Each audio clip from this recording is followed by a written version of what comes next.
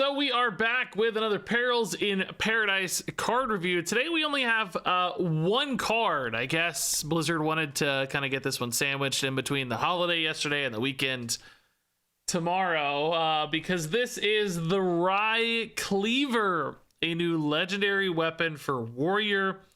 It is a 7-mana 4/2. It's got a Battle Cry and Death Rattle. Get a slice of bread. Get 2 to sandwich any minions in between. So you can see here the slice of bread. That just gets added to your hand. It goes to the right side of your hand. It doesn't go to the left or anything. It goes where you'd expect it to go, on the right side.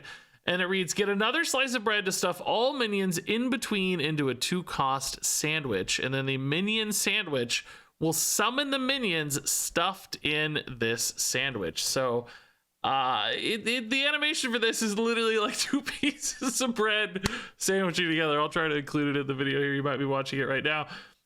So the idea here, right, is you play this on turn 7. You get that sandwich immediately. You probably swing for 4 damage or whatever, and then in between that first slice of bread and the second one, you want to fill your hand with stuff. And you can do that perhaps by drawing cards if your deck is full of like big crazy minions and, you know, awesome death rattles or charge minions or whatever things that have a big impact on board. Rush minions, I guess, are great too sometimes if you're behind. Then you can like draw into a bunch of minions and then attack with your second swing, activate that death rattle, and get that new slice of bread. And then you've got this hand potentially, you know, full of cool death rattles and charge minions and so on. You can also generate cards in between, right? So, you know, play this and then play some kind of discover card or thing that adds a bunch of taunt minions to your hand. We saw like the the location that can add cards to your hand that's playable in Warrior, the Druid location. And I'm sure we'll see more Warrior stuff too that does help support this a little bit. We've also here got the sandwich itself is, you know, a card in hand. So anything that's copying that's duplicating that effect, that gives you potentially extra ways to get more sandwiches, which of course, once you make the sandwich, it's actually insane. Like 2 mana, just make a gigantic board of crazy stuff. We know that's a really, really good result. The question for whether or not this card is going to be worth running is if that kind of 7 mana upfront cost is going to be worth it. And I guess the investment to get the things in hand to make that sandwich good, because you do probably, you know, have to support this. You don't want to like play your Rye Cleaver and like sit for 3 or 4 turns while naturally drawing into a bunch of minions, right? You want to accelerate it and force that action so that you can kind of get a 2-turn punch on the Rye Cleaver. I think in most cases, if you're waiting too long, you've kind of just wasted your 7-mana turn for only 4 damage. And it's like, you want to make sure this is happening quickly or it's just going to be too big of a tempo sacrifice. So having, you know, that card draw generation, whatever it is necessary to fill up the hand and to create that big swing. You take the down turn on 7 and then you have that crazy turn on 8 where you're only spending 2 mana for that monster board. So you still have plenty of mana to find things, draw things, do other things, remove stuff, whatever it is, right? You can create potentially a really big key turn there following up after the Rye Cleaver. Now, also noteworthy is that this is run in Hunter. Hunter is going to have access to Warrior cards via the Tourist. We haven't seen that yet. We haven't seen really any Hunter or Warrior stuff. There was like 1 Hunter card leaked, I think.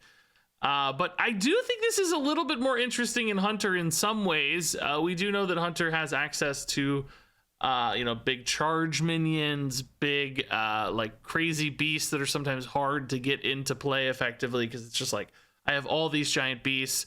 And then you also have like Stranglethorn Veil can resummon all of these big beasts. Something we've seen work fairly well in Highlander Hunter recently. And I think a lot of those just play nicely into this idea, like those rush minions, big charge minions, etc.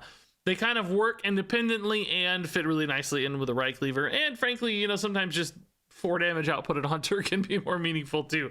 So I do wonder if this is a card that's actually pretty good in Hunter, and also I would say maybe independently good. It doesn't need like a bunch of other Warrior cards in this set to support it. It might get some, but it kind of works based on what we already see in Hunter. And if the Tourist is not just completely dead to run, this could be a nice little freebie bonus in Hunter as well. So anyway, to wrap all of this up, you know, this is a tough one to assess. Number one, we kind of need to see more Hunter and Warrior cards to really get a good read on it. But my instinct tells me that the swing potential on Minion Sandwich is not going to be really worth the 7 mana dead turn where you're only really just developing a 4 attack weapon.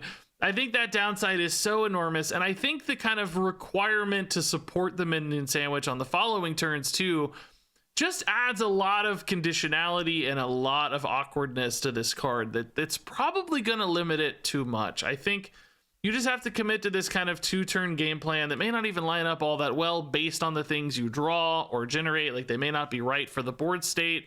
And then you've sacrificed 7 mana, in essence, to not really get anywhere or even play to the board really all that nicely. So, you know, I don't want to write it off completely, because I think there are potentials for like cool combos where you set this up and you draw like a really specific sequence of things you've tutored and they have some kind of crazy lethality or something. And this, you know, becomes a really cool finisher of sorts. And, you know, it is ultimately just a 2 mana make a lot of stuff. So anytime a meta really slows down, it might be a little more free to run this. But most of the time in Hearthstone, I do think this is going to be too slow, too conditional, and it's going to feel like it whiffs and you kind of just gave up a couple turns without really doing enough, or like really leaning into it hard and still kind of feeling just okay about the result. Not necessarily feeling like it was a game-winning kind of play for a 2-turn sort of setup. So ultimately, I think the awkwardness will win out here, and Rye Cleaver will fall short. Also, I don't mind goofy Hearthstone stuff, but this expansion and the last one, like, they're really pushing it for me, man. I you know, I'm a goofy guy. I don't mind puns. I don't mind goofiness, but this one's stretching it, dude. This one's stretching it for me. I wouldn't mind seeing some more serious, cool, epic stuff. I mean, I guess this is epic in its own way, but this is indeed the Rye Cleaver. So now let's rate this from 1 to 5 stars. The Rye Cleaver is a 3-star card. And there you go. That's it for this review. Sorry, this is a short one. A lot to talk about, but not a lot of cards to see. I'm curious if you guys like this one or not. Thanks as always for watching, and until next time, game on.